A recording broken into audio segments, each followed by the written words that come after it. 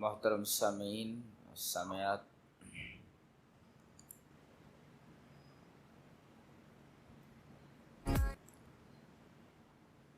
خطبہ مسنونہ کے بعد میں نے سورہ انبیاء کی ایک مشہور آیت کریمہ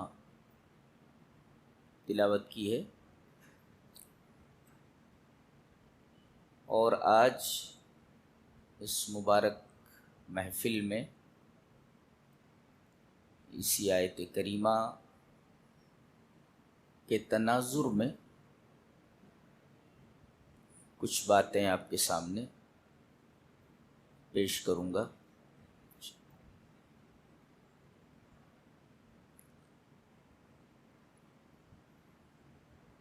اس آیت کریمہ میں اللہ تعالی نے آخری نبی جناب محمد رسول اللہ صلی اللہ علیہ وسلم کی بعثت کا اور آپ کے ارسال کا مقصد، سبب اور اہم علل بیان کیا۔ یوں تو آپ کی بعثت کے بہت سارے مقاصد ہیں، بہت سارے اسباب ہیں، بہت ساری علتیں ہیں، لیکن سب سے بڑا سبب، سب سے بڑی علت اس آیت کریمہ میں بیان کی گئی۔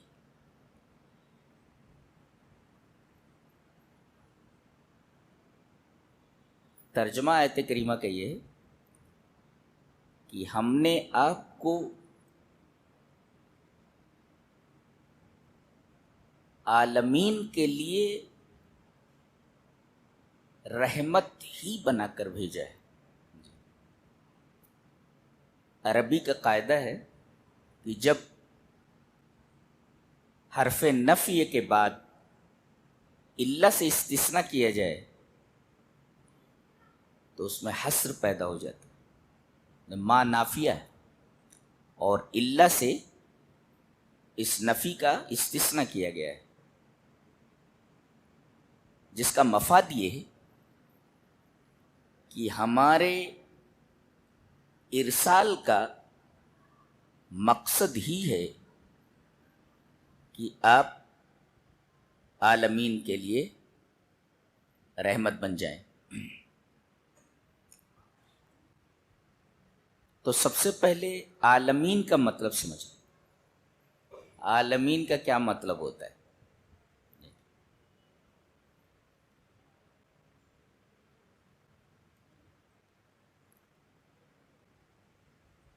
فرعون نے حضرت موسیٰ سے پوچھا، قال فرعون وما رب العالمین، فرعون نے پوچھا موسیٰ یہ رب العالمین کیا ہوتا ہے؟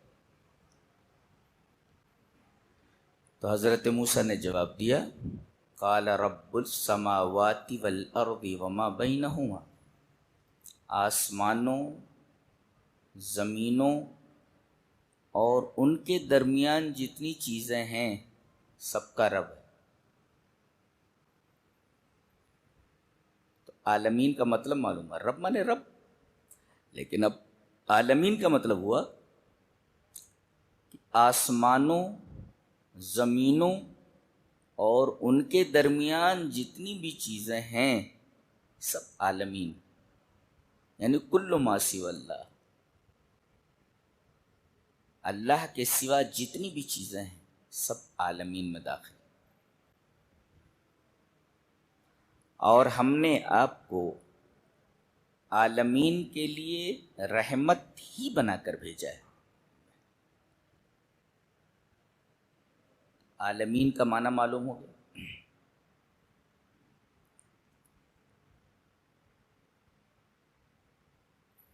تو کیا آپ کافروں کے لیے بھی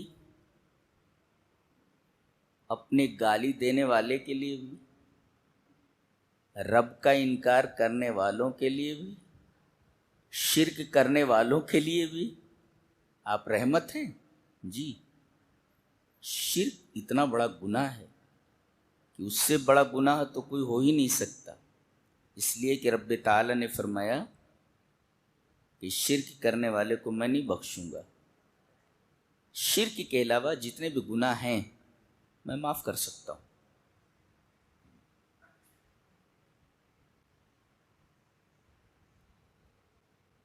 ایک بات ذہن میں رکھیں، بعض لوگ کہتے ہیں کہ ہم لوگ شرک نہیں کرتے، ہم لوگ پکے موحد ہیں، اور اس زعم میں وہ عمل سے بیگانے ہو جاتے ہیں، عمل میں کوتاہیاں ہو جاتی ہیں۔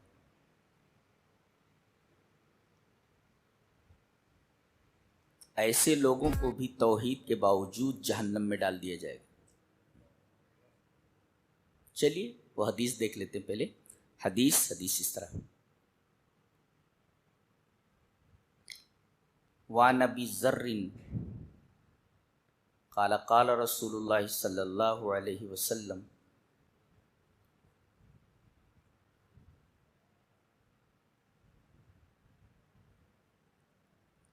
انی ارى ما لا ترون واسمع ما لا تسمعون۔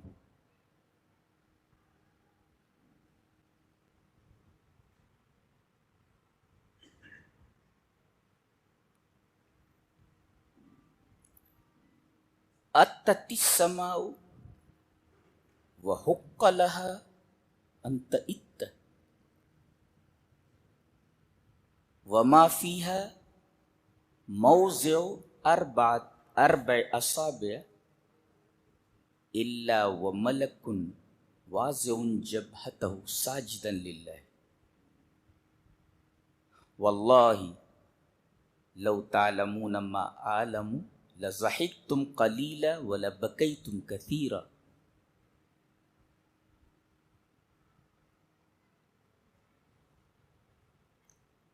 وما تلذذتم بالنساء على الفرش ولخرجتم الى الصعودات تجأرون الى الله لوددت انی کنت شجرۃ تعضد۔ رواہ مسلم فی کتاب الایمان۔ حضرت ابو ذر غفاری کہتے ہیں کہ رسول اللہ صلی اللہ علیہ وسلم نے ارشاد فرمایا، جو میں دیکھ رہا ہوں وہ تم نہیں دیکھ رہے ہو، جو میں سن رہا ہوں وہ تم نہیں سن رہے ہو۔ اتت السماء، یہ تو کا مطلب ہوتا ہے چرچرانا، آسمان چرچرا رہا ہے۔ وحق لها ان تئت، اور اسے کیوں نہیں چرچرانا چاہیے؟ حق ہے کہ چرچرائے ہو، کیوں؟ اس لیے کہ ما فیہا موضع اربع اصابع، آسمان میں 4 انگلیوں کی جگہ بھی خالی نہیں ہے، اتنی بھی جگہ کہ وہاں فرشتہ سجدے میں گرا ہوا ہے، اپنی پیشانی رکھے ہوئے اور سجدہ کر رہا ہے۔ آپ نے قسم کھا کر کے بتایا، واللہ اللہ کی قسم اگر تم لوگ وہ چیز جان لو جو میں جانتا ہوں تو لضحکتم قلیلا ولبکیتم کثیرا، ہنسنا بھول جاؤ گے، رونے کے سبب تمہیں کچھ نہیں سجھائی دے گا، اور تم لوگ صحراؤں میں نکل جاتے، جیسے پاگل ہوتا ہے آبادیوں میں لوگوں کو دیکھ کر گھبراتا ہے، صحراؤں میں نکل جاتا ہے، تو تم پاگلوں کی طرح صحراؤں میں نکل جاتے، جنگلوں میں نکل جاتے اللہ کی پناہ لیتے ہوئے۔ اس کے بعد کا جو جملہ ہے وہ مرفوع نہیں ہے، غالباً وہ حضرت ابو ذر کا قول ہے، یہاں تک تو نبی کریم صلی اللہ علیہ وسلم کی حدیث تھی۔ اگلا ٹکڑا ابو ذر غفاری کا ہے کہ لوددت، کاش، انی کنت شجرۃ تعضد، کاش میں ایک درخت ہوتا اسے کاٹ دیا جاتا. اب اس کے بعد بھی اگر آدمی یہ سمجھے کہ صرف توحید ہمارے پاس ہے، عمل کی کوئی ضرورت نہیں ہے، اور اسی پر ہمیں جنت میں ڈال دیا جائے گا، خام خیالی ہے اس کی، خام خیالی.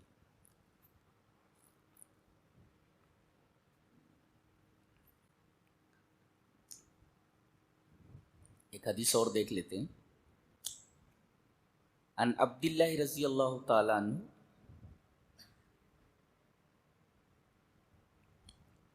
قال قال رسول اللہ صلی اللہ علیہ وسلم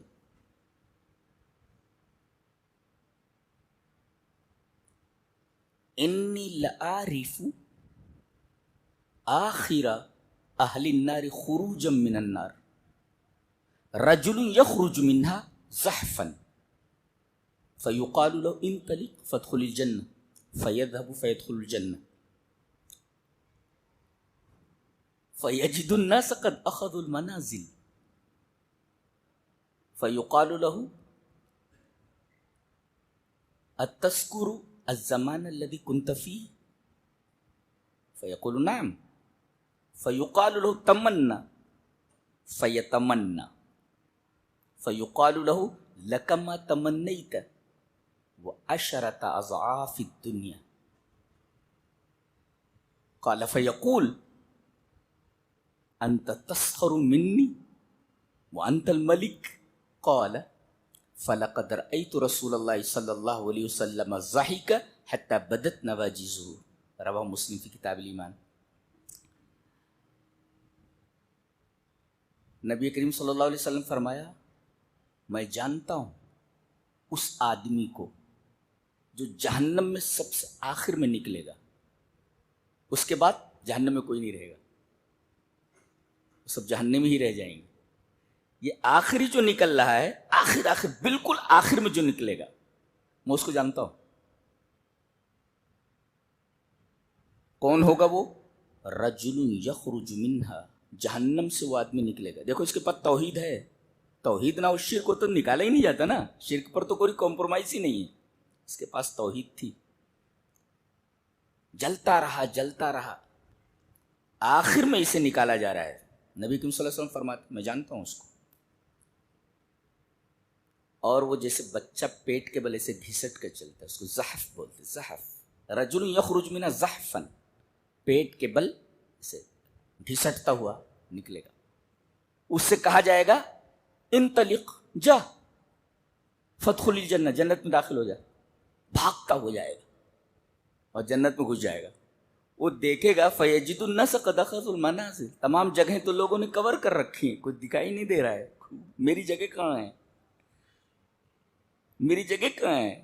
سارے لوگ تو جگہوں پر قابض ہیں، میری جگہ کہاں ہے؟ فیجد الناس قد اخذوا المنازل، تمام جگہیں تو لوگوں نے لے لی ہیں، میری جگہ کہاں ہے؟ اللہ پہلے یہ پوچھے گا جہنم میں جتنی مدت گزری ہے تجھے یاد ہے؟ اتذکر الزمان الذی کنت فیہ قال نعم، قلنا ہاں یاد ہے. تکلیف جب آدمی کو ہوتی ہے تو اس کا ایک ایک لمحہ اسے یاد رہتا ہے. اور جہنم کی تکلیف آدمی کو یاد نہ رہے سوال ہی پیدا نہیں ہوتا، لمحہ لمحہ یاد ہے اس کو. اس سے کہا جائے گا تمنا، آرزو کر، کتنا چاہیے تجھے؟ فیتمنا، مجھے یہ چاہیے، مجھے وہ چاہیے، مجھے بنگلہ چاہیے، مجھے گاڑی چاہیے، یہ چاہیے، وہ چاہیے، سب بول دے گا. وہ جتنی بھی تمنا کر سکتا ہے سب تمنا کرے گا. وہ یہ جو آخر میں نکلا ہے جہنم سے تمنا کرے گا. اللہ فرمائے گا بس ٹھیک ہے، لک ما تمنیت، تجھے وہ تمام چیزیں دے دی گئیں جو تو نے تمنا کی ہے، جو مانگا تو نے، جس کی تو نے آرزو کی، سب دے دی گئی. چل دے دیتے، اور دنیا کا 10 گنا بھی دے دیتے، پوری دنیا کا 10 گنا. یہ دنیا کتنی بڑی ہے، یہ آخری آدمی کی جگہ ہے. جی آرزوؤں کے بعد تمناؤں کے بعد دنیا کا 10 گنا دیا جا رہا ہے. وہ حیران ہے اور کہہ پڑتا ہے اتسخر بی وانت الملک، تو مجھ سے مذاق کر رہا ہے جبکہ تو بادشاہ ہے، تو رب ہے. یہ آدمی بھی کیسا ہے، دیکھو کیسی اللہ سے بات کر رہا ہے، اللہ سے کہہ رہا ہے آپ مجھ سے مذاق کر رہے ہیں. یعنی وہ حیران رہ جائے گا، اپنی حیرانی کو ظاہر کر رہا ہے کہ میرے رب تو بادشاہ ہے، تو مجھ سے مذاق تو نہیں کر رہا ہے، مذاق کر رہا ہے. اسی پر حدیث ختم ہو گئی. آگے نبی کریم صلی اللہ علیہ وسلم کے بارے میں راوی کہہ رہا ہے کہ یہ حدیث بیان کرتے وقت میں نے دیکھا کہ آپ کھلکھلا کر ہنس پڑے ہیں. اس کی جرات پر جو کہہ رہا ہے کہ آپ مجھ سے اے میرے رب کیا تم مجھ سے مذاق کر رہا ہے، اتنا دے رہا ہے مجھے، اتنا دے رہا ہے. ثابت یہ ہوا کہ آدمی توحید کے ساتھ اعمال پر کاربند رہے. جنت میں تو جائے گا لیکن بڑی دھلائی ہوگی. دیکھو اس کی دھلائی ہوئی ہے بہت بری طرح، اور پھر نکالا گیا ہے. تو آدمی سوچے رے توحید پر کاربند رہو، اعمال وغیرہ کی کوئی ضرورت نہیں، جہنم میں تو جائیں گے لیکن نکال لیے جائیں گے، پھر جنت میں چلے جائیں گے. جہنم کو دیکھ کر کے حالت پتلی ہو جائے گی، چھ جائے کہ آدمی اس کے اندر داخل ہو. جہنم کو ایسے معمولی جگہ تھوڑی ہے، 20 المہاد، بہت برا ٹھکانہ ہے. اللہ نے فرمایا بہت بری جگہ ہے، بہت بری جگہ ہے. تو نبی کریم صلی اللہ علیہ وسلم کے بارے میں فرمایا گیا کہ آپ رحمت ہیں. تو مشرکین کے لیے بھی رحمت ہے، جو سب سے بڑا گناہ ہے. جواب دیا گیا ہے. دلیل یہ حدیث پاک. وعن ابی ہریرہ رضی اللہ تعالیٰ عنہ قال قیل یا رسول اللہ ادعو علی المشرکین قال انی لم ابعث لعانا وانما بعثت رحمتا. رواہ مسلم فی کتاب البر والصلۃ والآداب. حضرت امام مسلم رحمہ اللہ مسلم شریف کتاب البر والصلۃ والآداب کے اندر یہ روایت لائے حضرت ابو ہریرہ سے. حضرت ابو ہریرہ فرماتے ہیں کہ کسی نے آپ سے کہا کہ اللہ کے رسول مشرکین اتنا پریشان کر رہے ہیں، جینا حرام کر رکھا ہے مشرکوں نے، آپ بد دعا فرما دیجیے. ادعو علی المشرکین، مشرکین پر بد دعا کر دیجیے، جینا حرام کر رکھا ہے انہوں نے، مشرکوں نے، آپ بد دعا کر دیجیے ان کے اوپر. آپ نے فرمایا انی لم ابعث لعانا، میں لعنت کرنے والا بنا کر نہیں بھیجا گا. لعنت کا مطلب سمجھتے ہیں؟ لعنت کا مطلب ہوتا ہے البعد عن الرحمہ، اللہ کی رحمت سے دوری. لعنت کا مطلب یہ ہوا کہ اے اللہ اس بندے کو اپنی رحمت سے دور کر دے. نبی کریم صلی اللہ علیہ وسلم نے لعنت کے بارے میں فرمایا، بد دعا کے بارے میں فرمایا میں نہیں کرتا، اس لیے کہ میں لعان بنا کر نہیں بھیجا گیا ہوں کہ کسی کے بارے میں کہوں اے اللہ اس کو رحمت سے دور کر دے. یہ ہمارا نبی ہے. وَإِنَّمَا بُعِثْتُ رَحْمَةً، مجھے تو رحمت بنا کر کے بھیجا گیا ہے. یہ اس آیت کریمہ کی تفسیر ہے کہ آپ سے کہا گیا کہ مشرکین پر بد دعا کیجیے. شرک کرنے والے سے بڑا گنہگار کون ہو سکتا ہے؟ نبی کریم صلی اللہ علیہ وسلم فرمایا نہیں، انی لم ابعث لعانا، مجھے لعان بنا کر نہیں بھیجا گیا ہے، لعنت کرنے والا، کہ تو اللہ کی رحمت سے دور ہو. وَإِنَّمَا بُعِثْتُ رَحْمَةً، مجھے رحمت بنا کر کے بھیجا گیا. تو یہ تو حدیث ہوئی. اس آیت کریمہ کی تفسیر عبداللہ ابن عباس نے کی ہے، وہ دیکھ لیتے ہیں. قرطبی میں حضرت عبداللہ ابن عباس نے جو تفسیر کی ہے وَمَا أَرْسَلْنَاكَ إِلَّا رَحْمَةً لِلْعَالَمِينَ کی، وہ ہم پڑھ کے بتا دیتے ہیں. عن ابن عباس رضی اللہ تعالیٰ عنہما قال کان محمد صلی اللہ علیہ وسلم رحمۃ للجمیع فمن آمن به وصدق به سعید ومن لم يؤمن به سلم مما لحق الامم من الخس والغرق. قرطبی. حضرت ابن عباس فرماتے ہیں کہ رسول اللہ صلی اللہ علیہ وسلم محمد صلی اللہ علیہ وسلم کو تمام لوگوں کے لیے رحمت بنا کر کے بھیجا گیا. کانا محمد صلی اللہ علیہ وسلم رحمت للجمیع، لجمیع الناس، ہر ایک کے لیے، سب کے لیے رحمت بنا کر کے بھیجے گئے ہیں. تو جو آدمی آپ پر ایمان لے آیا اور آپ کی تصدیق کر دی وہ خوش نصیب ہوا، سعید. فمن آمن بھی وصدق بھی سعید ومن لم یؤمن بھی، اور جو کافر رہے، مشرک رہے، آپ پر ایمان نہیں لائے، تو ایک فائدہ تو ہوا ان کا، کیا؟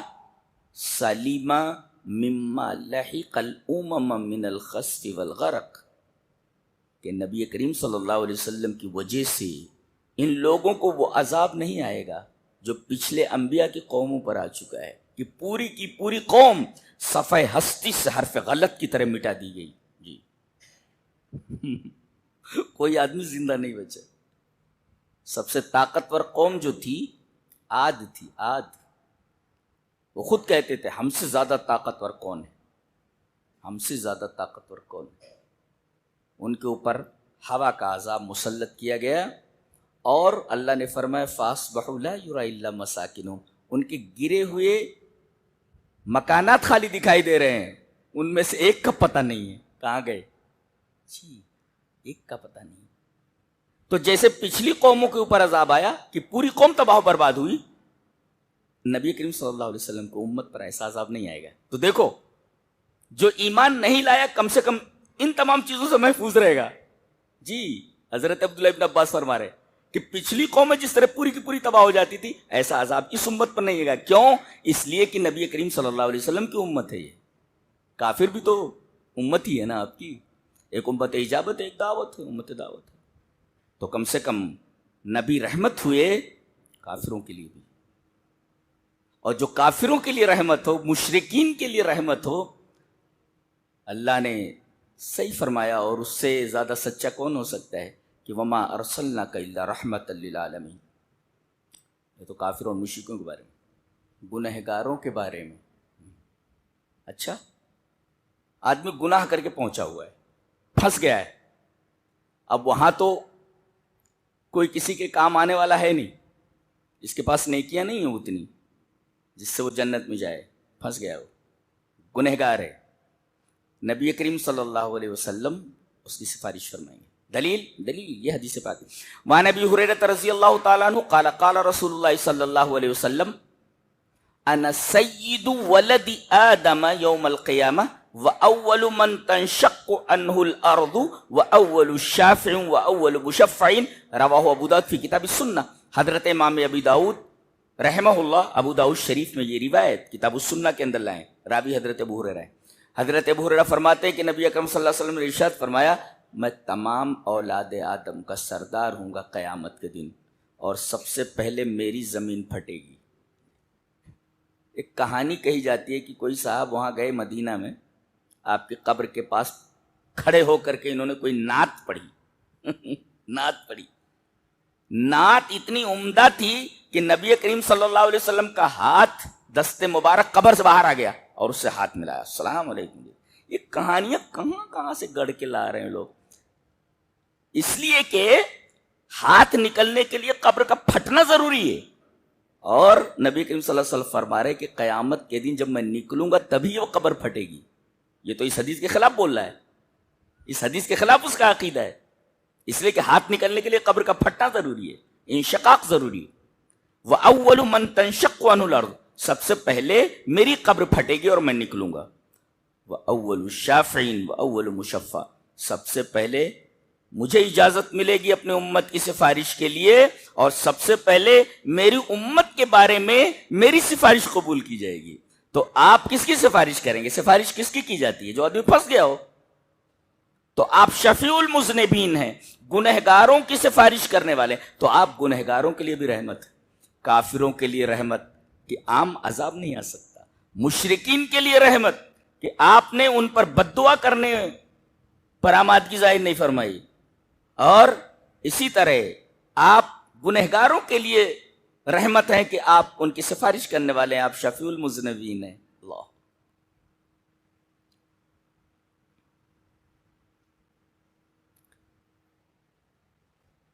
ایک مخلوق ہے نور کی، مخلوق تین طریقے کی ایک حدیث میں بیان کی ہے. چلیے وہ حدیث پڑھ لیتے. حدیث اس طرح. وعن عائشہ رضی اللہ تعالی عنہ قالت قال رسول اللہ صلی اللہ علیہ وسلم خلقت الملائکۃ من نور وخلق الجان من مارج من نار وخلق آدم مما اوصف لکم رواہ مسلم فی کتاب الزہد. حضرت امام مسلم رحمہ اللہ مسلم شریف کتاب الزہد کے اندر یہ روایت اسی طرح لائے ہیں. راویہ حضرت عائشہ ہیں.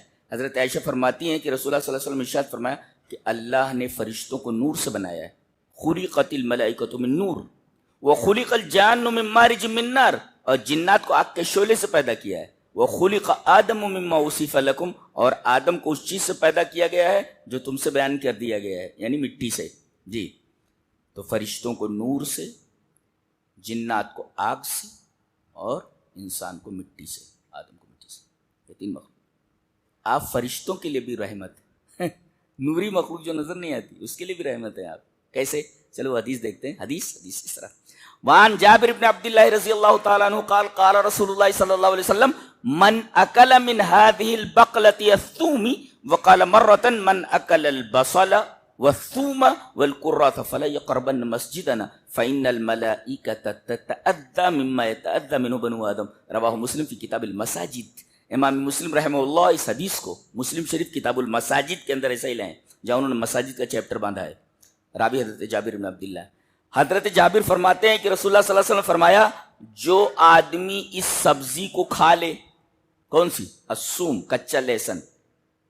آپ نے ایک بار فرمایا من اکل البصل، کچی پیاز جس نے کھا لی، والثوم، کچی لہسن کھا لی، اور کراس، کراس اس کو کہتے ہیں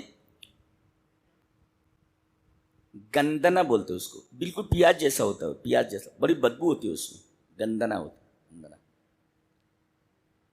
اتنی بدبو جات چیز کھا لے آدمی تو فلا یقربن مسجدنا، ہماری مسجد کے قریب نہ ہے.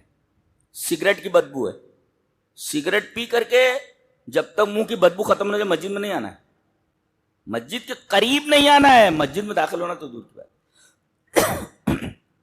تمباکو کھانے والے، تو یہ تمام چیزیں ہیں. کیوں یہ چیزیں کھا کر مسجد کے قریب نہ آئے؟ کیوں؟ اس کی وجہ بتائیے آپ نے. فَإِنَّ الْمَلَائِكَةَ تَتَأَذَّى مِمَّا يَتَأَذَّى مِنْهُ بَنُو آدَمَ، اس لیے کہ فرشتوں کو ان تمام چیزوں سے تکلیف ہوتی ہے جس سے بنو آدم کو تکلیف ہوتی ہے. اب اگر میرے بازو میں نماز میں کوئی سگریٹ پینے والا کھڑا ہو جائے تو اس کی بدبو کا احساس مجھے ہو جائے گا، اس لیے کہ میں سگریٹ نہیں پیتا. اور تمباکو کھانے والا آدمی جو سانس لیتا ہے یا کچھ ابکائی لیتا ہے تو اس کے منہ سے بدبو نکلتی ہے، برداشت نہیں ہوتا. اور یہ تو نور سے بنی ہوئی مخلوق ہے، بہت پاکیزہ، بہت نفیس مخلوق ہے، یہ تو بدبو کو فوراً محسوس کر لیتی ہے. تو آپ نے فرمایا کہ یہ بدبودار چیزیں کھا کر مسجد کے قریب مت آؤ.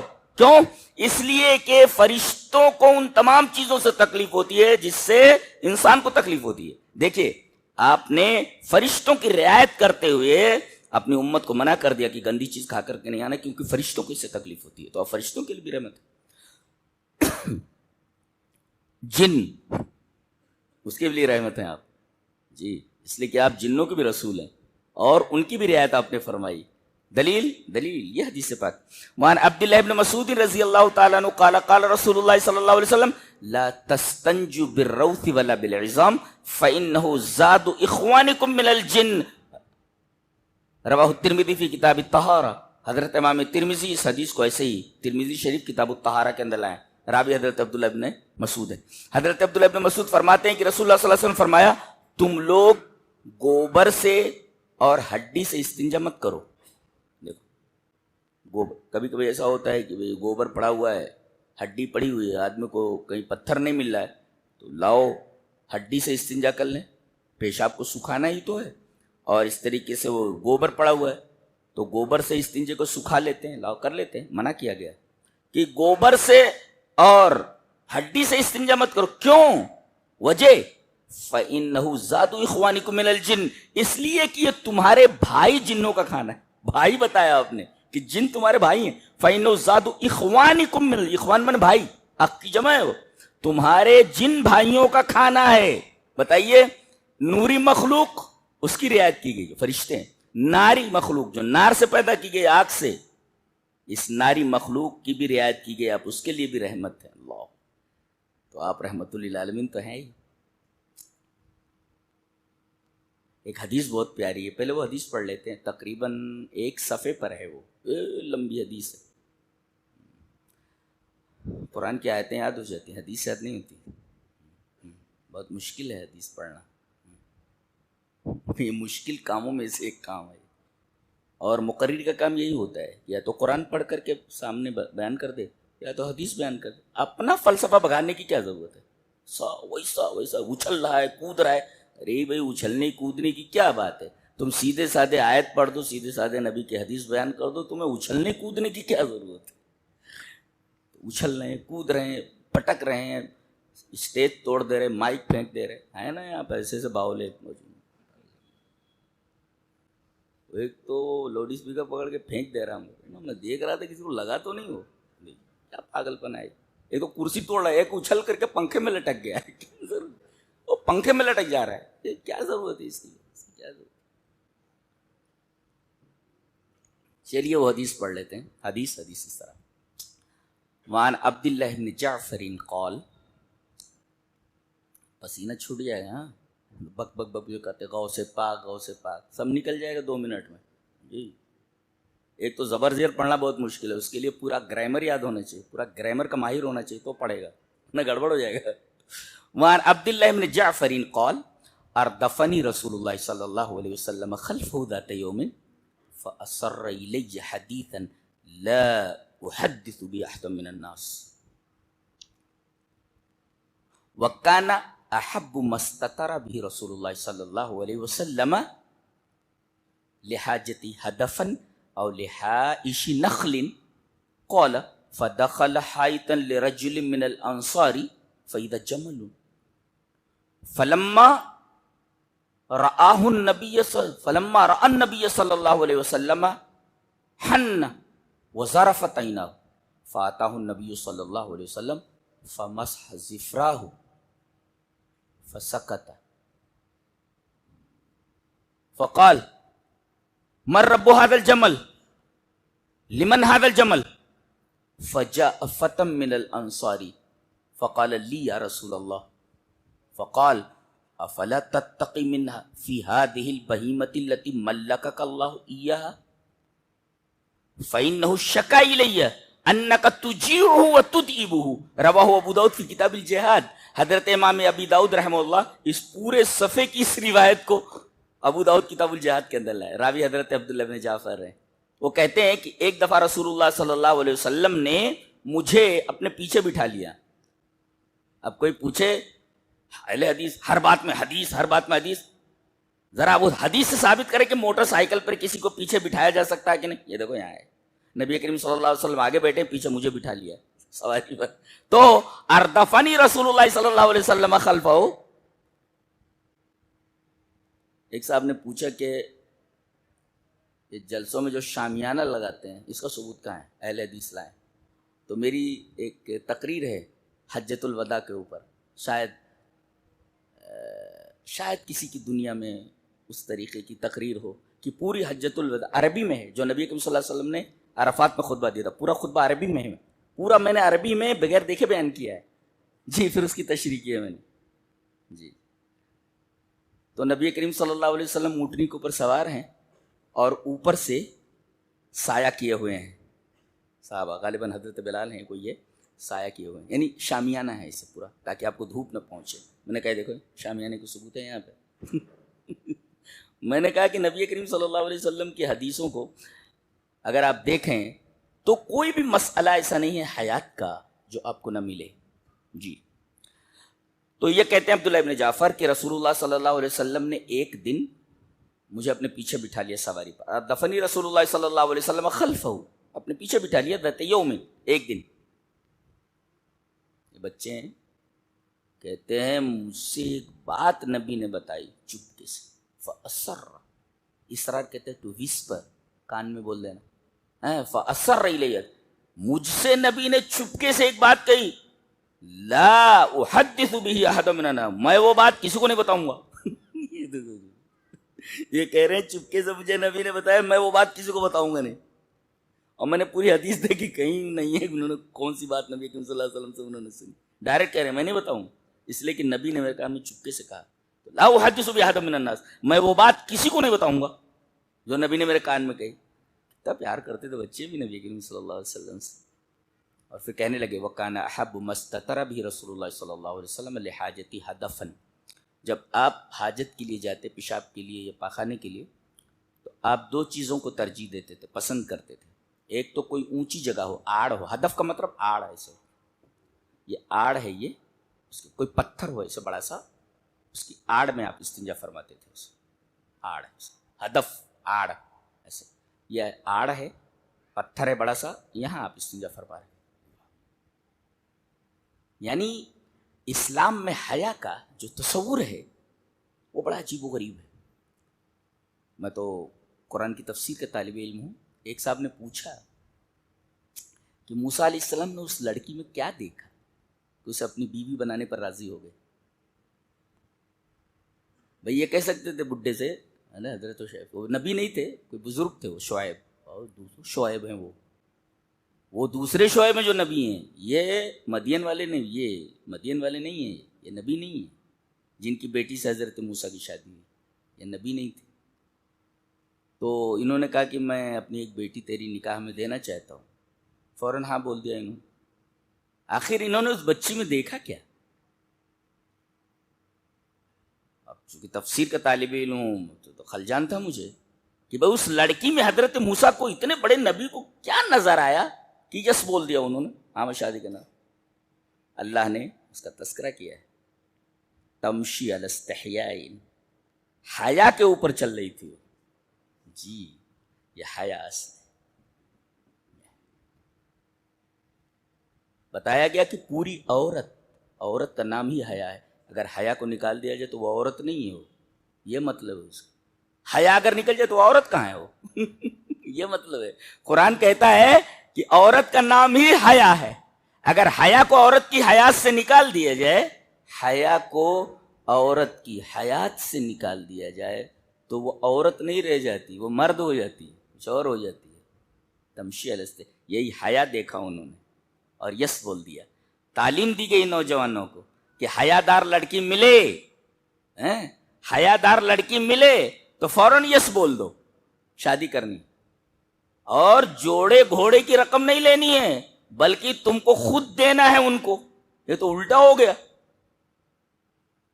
کہنے لگے ٹھیک ہے لڑکی چلے گی، شادی کر دوں؟ بولے ہاں کر دو۔ کہا کہ 8 سال تک مزدوری کرنی پڑے گی، 8 حجج، اور اگر 10 سال پورا کر دو تو بچہ ہے، فَإِنْ أَتْمَمْنَ عَشْرًا فَمِنْ عِنْدِكَ، اگر 10 پورا کر دو، 10 means 10، 8 حجج، 8 سال، 8 سال تم کو نوکری کرنی پڑے گی میرے گھر پہ۔ کیا دیکھا تھا اس نبی نے کہ 8 سال نوکری کرنے پر راضی ہو گیا؟ یار بات بھی سکتا تھا، حیا دیکھا تھا کہ لڑکی کے اندر حیا ہے۔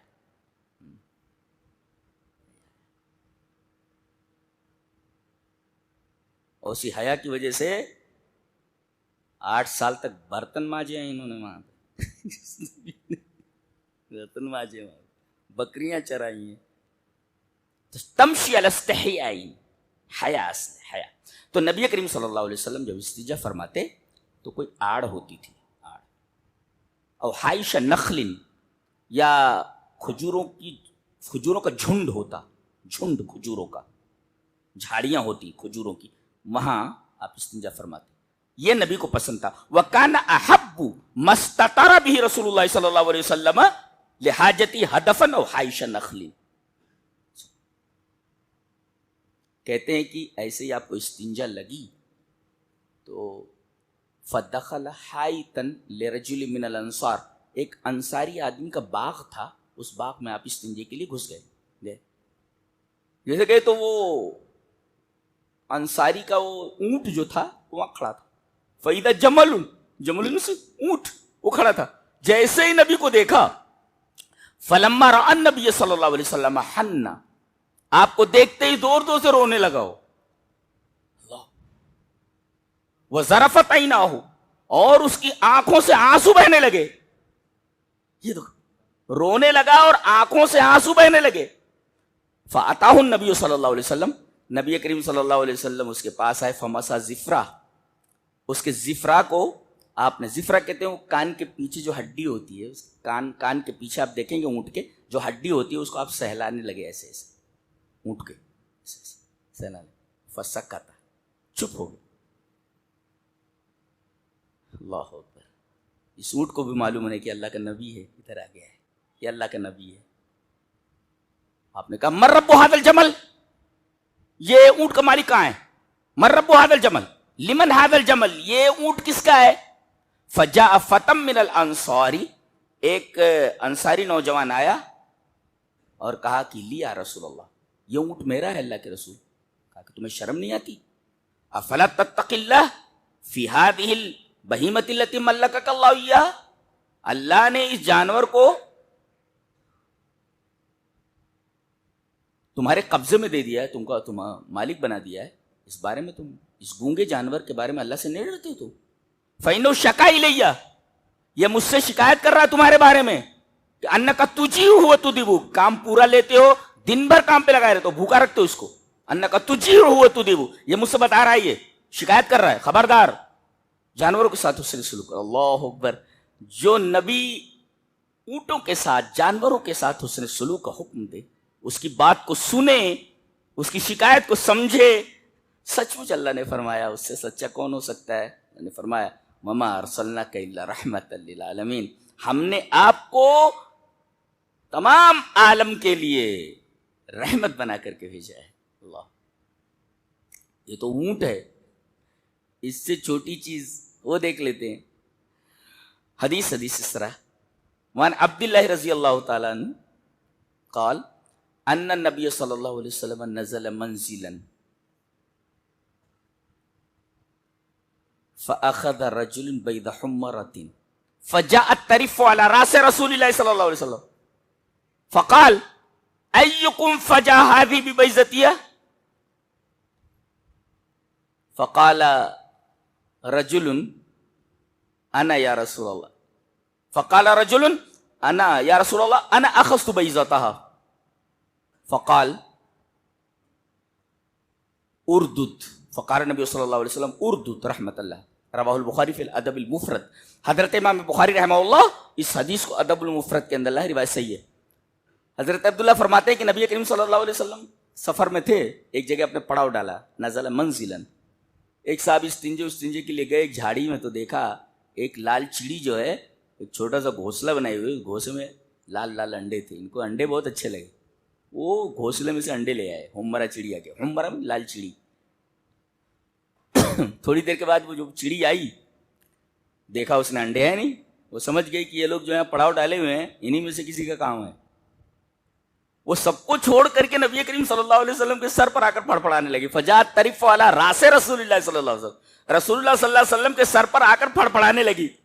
آپ نے فرمایا ایکم فجا ھذہ ببیضتھا، اس کے انڈے لے کر اس کو کس نے تکلیف پہنچائی ہے؟ نبی کو چھوٹی سی چڑیا کا دکھ نہیں برداشت ہوا۔ رحمت کا اندازہ لگا سکتے ہیں آپ، کیسے بدبخت لوگ ہیں، کیسے بد نصیب لوگ ہیں کہ ہمارے نبی کو برا بھلا کہتے ہیں۔ جو ایک چھوٹی سی چڑیا کا درد نہ برداشت کر سکے، اس کی رحمت کا آپ تصور نہیں کر سکتے کتنا رحیم ہو سکتا ہے اللہ۔ آپ نے فرمایا ایکم فجا ھذہ، کس نے درد مند بنایا، کس نے دکھ پہنچایا اس کو، اس کا انڈا لے کر کے؟ تو جو حضرت آئے تھے لے کر کے، فقال رجل انا اخذت بیضتہ یا رسول اللہ، میں نے اس کا انڈا لے لیا لگا۔ آپ نے فرمایا اردد، لے جا کر کے وہیں رکھ دو۔ کیوں؟ رحمت اللہ، اس پر رحمت کرتے ہوئے، اس لیے کہ آپ کائنات کے لیے رحمت ہے۔ چڑیا کے انڈے کو واپس کرنے کا حکم دیا آپ نے، اور اسی اسوا پر چلتے ہوئے حضرت عمر بن عاص رضی اللہ تعالیٰ عنہ، جو نبی کریم صلی اللہ علیہ وسلم کے بہت پیارے صحابی ہیں، جنہوں نے مصر فتح کیا، مصر فتح کرنے کے بعد جہاں آپ کا خیمہ لگایا گیا تھا، خیمہ کہتے فسطاط عربی میں، فسطاط، جہاں خیمہ لگایا گیا تھا، آ کر کے لوگوں نے بتایا کہ اللہ کے کمانڈر ان چیف حضرت عمر بن عاص، مصر فتح ہو گیا ہے تو چلتے ہیں، لیکن یہ جو ٹینٹ ہے اکھاڑ لیتے ہیں۔ کہا ٹھیک ہے اکھاڑ لو، قیمتی ٹینٹ ہے۔ جب اکھاڑنے گئے تو دیکھا کہ خیمے کے کونے میں ایک کبوتری نے بچے دے رکھے ہیں، انڈے پھوٹ گئے تھے اور اس میں سے بچے نکل آئے تھے۔ لوگوں نے آ کر کے بتایا کہ حضرت وہ تو خیمے کے ایک کونے میں کبوتری نے بچے دے رکھے۔ حضرت عمر بن عاص نے کہا خیمہ ایسے ہی چھوڑ دو، اس لیے کہ یہ ہمارے مہمان ہیں، ہم اپنے مہمانوں کو دکھ نہیں پہنچانا چاہتے. یہ ہے اسلام، اس کو اسلام کہتے ہیں. اور ویسے ہی خیمہ، اتنا قیمتی خیمہ تھا، بہت دور تک پھیلا ہوا. اور برکت دیکھو کہ اللہ تعالیٰ نے اسی جگہ توفیق دی لوگوں کو ایک شہر بسایا. اس شہر کا نام فسطاط، خیمہ اسی کا نام، اسی جگہ پہ بنایا، دور تک یہ پورا شہر آباد ہے. نبی کریم صلی اللہ علیہ وسلم نے انڈے لوٹوا دیے، انڈے لے کر کے رکھ دو. تو یہ تو جانور ہے، اونٹ ہے، یہ چڑیا ہے، بے جان چیز. چلیے وہ حدیث بھی دیکھ لیتے ہیں. حدیث اس طرح. وعن انس رضی اللہ تعالی عنہ ان النبی صلی اللہ علیہ وسلم یخطب، کان یخطب الى جذع فلما اتخذ المنبر ذهب الى المنبر فحن الجذع فاتاه فاحتزنه فسكن فقال لو لم احتزنه لحن الى يوم القیامہ. رواہ ابن ماجہ فی کتاب اقامت الصلاۃ والسنۃ فیہا. حضرت امام ابن ماجہ شریف کتاب اقامت الصلاۃ کے اندر اس روایت کو اسی طرح لائے ہیں. راوی حضرت انس بن مالک. حضرت انس فرماتے ہیں کہ نبی کریم صلی اللہ علیہ وسلم جو خطبہ دیتے تو ایک تنا تھا، اسے کھجور کا تنا، تو اس پر آپ ہاتھ رکھتے تھے، اسے سہارا لیتے تھے. ایک عورت نے آ کر کے کہا کہ اللہ کے رسول، میرا جو بیٹا ہے وہ نجار ہے، بڑھئی ہے، بڑھئی کا کام کرتا ہے، تو آپ کے لیے ممبر بنا دیتے. اگر ٹھیک ہے. تو وہ لکڑی کا ممبر بنا کر کے لائے. اب وہ جس کے اوپر آپ سہارا لیتے تھے تنے کے اوپر، وہ تنا دور ہو گیا. اب جب آپ خطبہ دینے کے لیے کھڑے ہوئے تو سسکیوں کی آواز سنائی دینے لگی. وہ رو کدھر رہا ہے؟ کون رو رہا ہے؟ تو آپ نے کان لگا تو دیکھا اس میں سے رونے کی آواز آ رہی ہے. اس کو استوان حنا نہ کہتے، اس میں سے سسکیوں کی آواز آ رہی. آپ صلی اللہ علیہ وسلم ممبر سے اترے اور اس کو اپنے گود میں لے لیا. فاحتضنہ، اس کو گود میں لے لیا. حزن مانے گود، فاحتضنہ اسے گود میں لے لیا. تو جیسے بچے کو گود میں لے تو سسکنا بند کر دیتا ہے، رونا بند کر دیتا ہے، ایسے ہی جب آپ دور ہٹ گئے تو وہ رونے لگا، اور جب اسے سینے سے لگا لیا تو چپ ہو گیا. فسکنا فقال، پھر آپ نے فرمایا لو لم احتضنہ، اگر میں اس کو اپنے سینے سے نہ لگاتا تو لحن الی یوم القیامہ، کہیں بھی اس کو رکھ دیتے، پھینک دیتے، قیامت تک روتا رہتا ہے. اللہ، تو یہ تو بے جان چیز ہے. بے جان چیز کو دیکھو کہ نبی کریم صلی اللہ علیہ وسلم ایک بے جان چیز کو محسوس کر رہے ہیں اور اس کو گلے سے لگا رہے ہیں. لکڑی ہے، وہ لکڑی جان نہیں ہے، بے جان چیز ہے. تو آپ تو سب کے لیے رحمت ہیں. اس کو گود میں، لکڑی کو گود میں لے لیا، اس نے رونا بند کر دیا.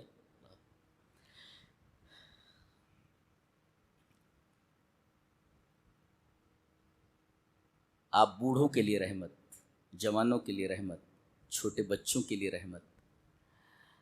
ایک حدیث دیکھیں، وہ بھی حضرت انس بن مالک ہی سے ہے. انس رضی اللہ تعالیٰ عنہ ان النبی صلی اللہ علیہ وسلم یا ان رسول اللہ صلی اللہ علیہ وسلم کان یزور الانصار فیسلم علی صبیانہ ویمسح علی رؤوسہم ویدعو لہم. رواہ النسائی فی السنن الکبری فی کتاب المناقب. حضرت امام نسائی رحمہ اللہ سنن الکبری کے اندر کتاب المناقب کے اندر یہ روایت لائیں حضرت انس سے. حضرت انس فرماتے ہیں کہ بہت سارے انصار ایسے تھے جو لڑائی میں مارے گئے تھے، ان کے بچے یتیم ہو گئے تھے، تو آپ انصاریوں کے پاس جایا کرتے تھے. کان یزور الانصار، انصاریوں کا وزٹ کرتے تھے اور ان کے بچوں کو بلاتے، اور جب بچے آ جاتے تو نبی کریم صلی اللہ علیہ وسلم انہیں سلام کرتے. فیسلم علی صبیانہم، اللہ، بچوں کو سلام کرتے. ویمسح علی رؤوسہم، اپنے قریب بلا کر کے ان کے سر کے اوپر ہاتھ پھیرتے. ویدعو لہم، اور ان بچوں کے لیے اللہ سے دعا کرتے. ایسے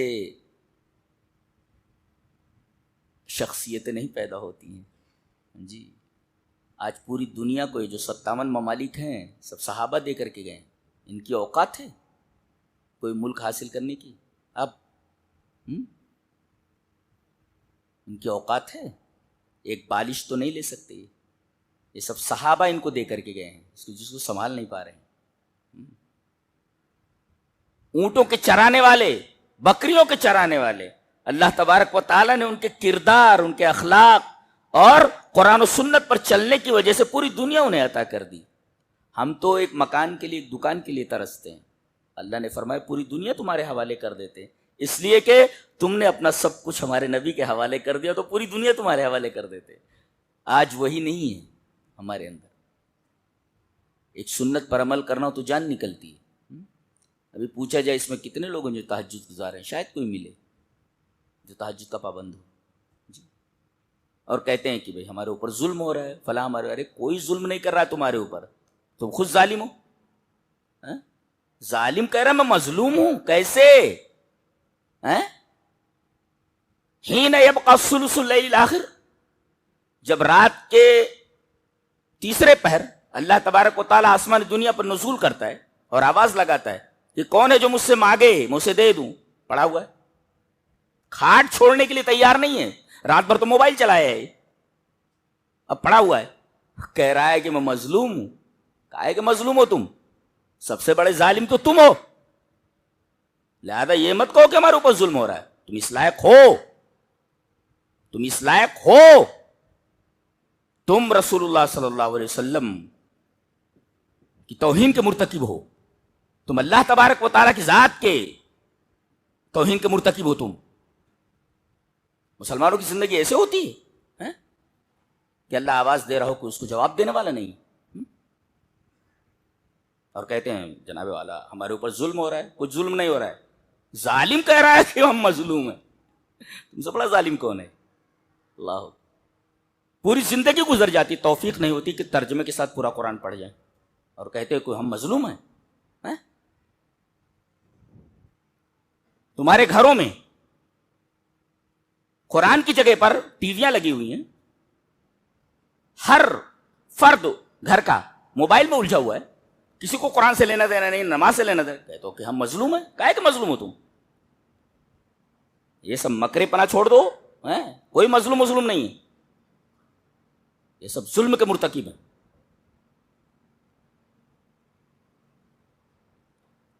نبی کریم صلی اللہ علیہ وسلم ان کے لیے دعا فرماتے تھے، اللہ بچوں کے لیے، یہی بچے آگے بڑے ہوئے، انہوں نے پوری دنیا فتح کر کے ہمارے حوالے کی، یہ وہی بچے،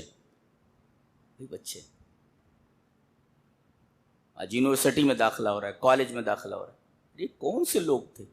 کمانڈر ان چیف بنا دیا تو کمانڈر ان چیف، قاضی بنا دیا تو قاضی، سپاہی بنا دیا تو سپاہی، میدان جنگ میں جانا ہوا تو بہادر، یہ کون سی یونیورسٹی سے نکلے ہوئے لوگ ہیں؟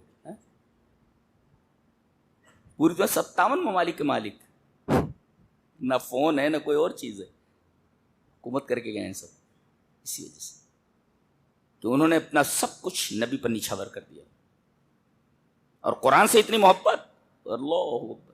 ایک دفعہ نبی کریم صلی اللہ علیہ وسلم گلی سے گزرے تو حضرت ابو موسیٰ اشعری کے گھر سے قرآن پڑھنے کی آواز آ رہی تھی رات میں، اب ایسی بتیاں تھوڑی لگی تھیں کہ اجالا ہو، رات تاریک ہے، اور تاریک گلی میں نبی کریم صلی اللہ علیہ وسلم کھڑے ہوئے تنہا، اور جب تک حضرت ابو موسیٰ اشعری کی آواز قرآن پڑھنے کی آتی رہی تب تک ہمارا نبی اس گلی میں کھڑا رہا جس کے اوپر قرآن نازل ہو رہا ہے۔ کہاں ہیں ہم کھڑے ہیں؟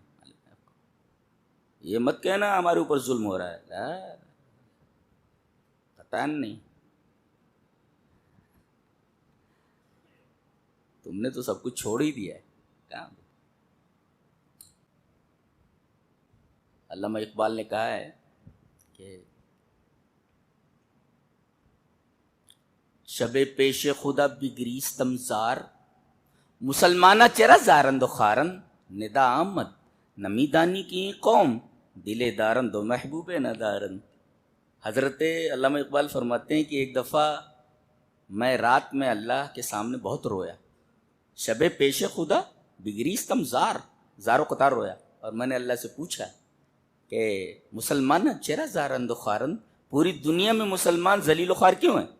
ندا آمد، آواز آئی، نمی دانی کی قوم، تجھے معلوم نہیں کہ یہ قوم دل دارند و محبوب ندارن، دل تو ہے اس کے پاس مگر دل میں محبوب نہیں ہے، نہ اس میں اللہ ہے نہ اس کا رسول ہے، دل دارند و محبوب ندارن۔ اس کے بعد کہتے ہو کہ ہم مظلوم ہیں۔ یہ لوگ تھے۔ بچوں کے ساتھ آپ شفقت کا برتاؤ کرتے، ان کے ساتھ رحیم تھے آپ۔ اور عجیب بات ہے، ایک آیت کریمہ ہے، اللہ نے فرمایا لقد جاءکم رسول من انفسکم عزیز علیہ ما عنتم حریص علیکم بالمؤمنین رؤوف الرحیم. مومنین کے اوپر رؤوف اور رحیم ہے. اور عجیب بات تو یہ ہے کہ یہ دونوں صفتیں رسول کی ہیں. رؤوف چھوٹے پر رحم کرنے والا, اور رحیم عام لوگوں کے اوپر رحم کرنے والا. جو کمزور ہو اس کے اوپر شفقت کرنے والا اس کو رؤوف بولتے, اور عام آدمیوں کے اوپر رحم کرنے والا, چھوٹا ہو بڑا ہو کمزور ہو طاقتور ہو, ہر ایک کے اوپر رحم کرنے والا رحیم ہے. تو رؤوف الرحیم یہ نبی کی صفت ہے, اور یہی دونوں صفتیں اللہ کی بھی ہیں.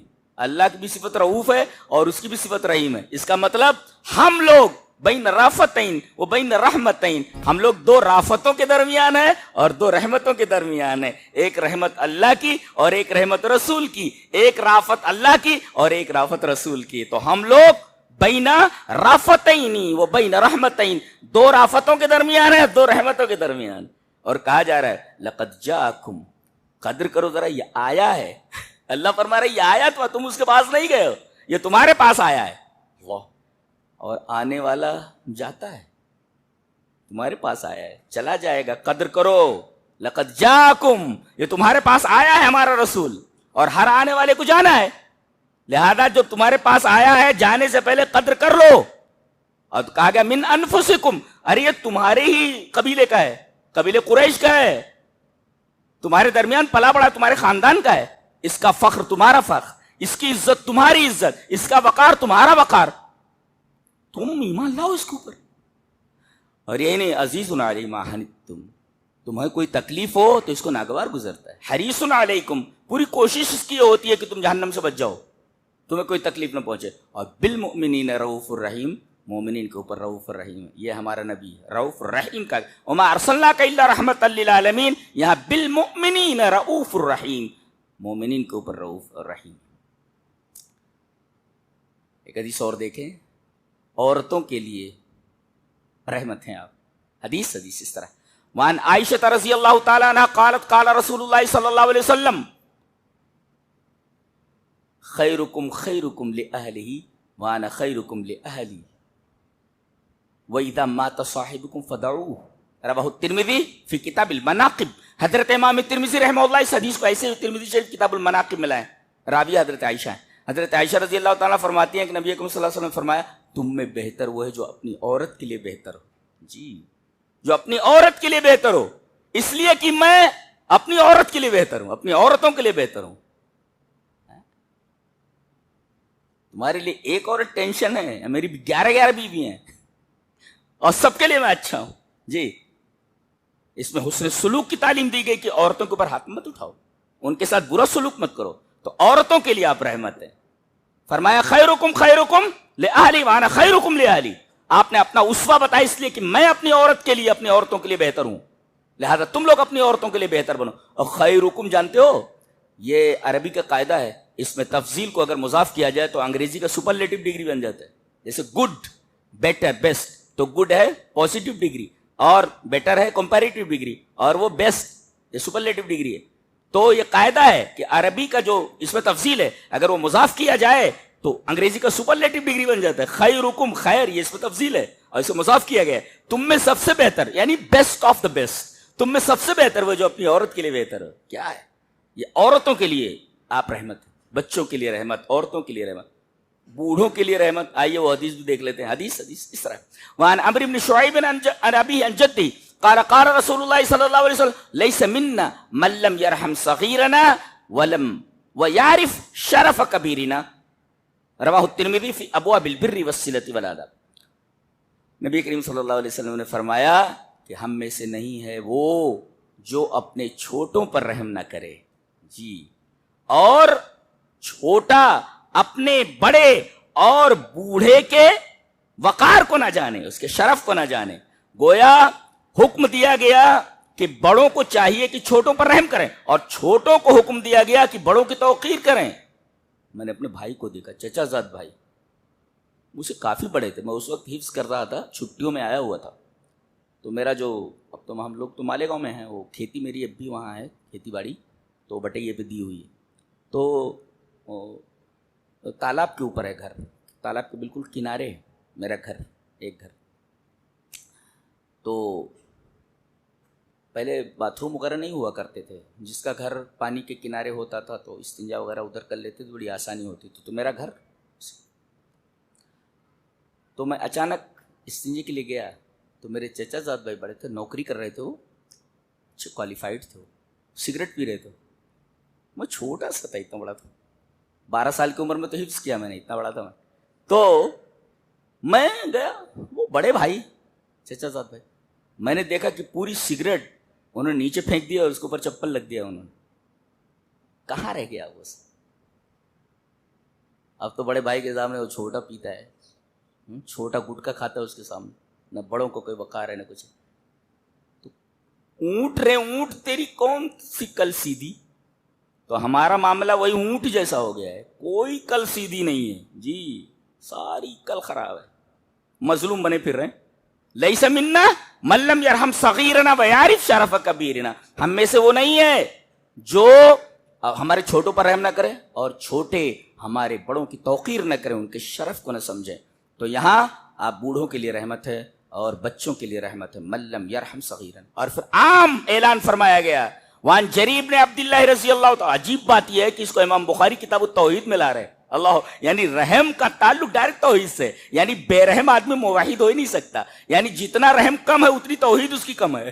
امام بخاری اس کو کتاب التوحید میں لا رہے. حدیث اس طرح، وان جریر بن عبداللہ رضی اللہ تعالی عنہ قال قال رسول اللہ صلی اللہ علیہ وسلم لا یرحم اللہ من لا یرحم الناس. رواہ البخاری فی کتاب التوحید. حضرت جریر بن عبداللہ فرماتے ہیں کہ رسول اللہ صلی اللہ علیہ وسلم نے ارشاد فرمایا کہ جو آدمی رحم نہیں کرتا اللہ اس کے اوپر رحم نہیں کرتا. اور اس رحم کی حدیث کو امام بخاری کتاب التوحید میں لا رہے ہیں. کچھ سمجھ میں آ رہا ہے آپ کو؟ رحم کی حدیث کو کتاب التوحید میں لانے کا کیا معاملہ ہے؟ کیوں لائے آپ؟ مطلب یہ ہے کہ جتنی زبردست توحید ہوگی آدمی کی اتنا اس کے دل میں رحم ہوگا. اللہ اکبر. ہم کہتے ہیں ہم موحد ہیں تو توحید ہمیں رحم کرنا سکھاتی ہے. بیویوں کے ساتھ رحم، بچوں کے ساتھ رحم، اپنے والدین کے ساتھ رحم، اپنے پڑوسی کے ساتھ رحم، غیر مسلم ہے اس کے ساتھ بھی رحم. تمام لوگ عام ہے یہ نہیں کہ مسلمانوں کے ساتھ رحم کرو. ملا رحم، من کوئی بھی ہو اس کے ساتھ آپ کو رحم کرنا ہے. ہمارا نبی تو اونٹوں کے ساتھ اور اس طریقے سے چھوٹے پرندوں کے ساتھ رحم کرتا تھا. یہ تو بہرحال انسان ہے، ان کے ساتھ رحم کرنے کا حکم دیا گیا ہے جی. اور خاص طور سے ایک طبقہ ہے معاشرے میں یتیموں کا، وہ بھی ہم نے چھوڑ رکھا ہے. چلے وہ حدیث پڑھ لیتے پہلے. حدیث اس طرح،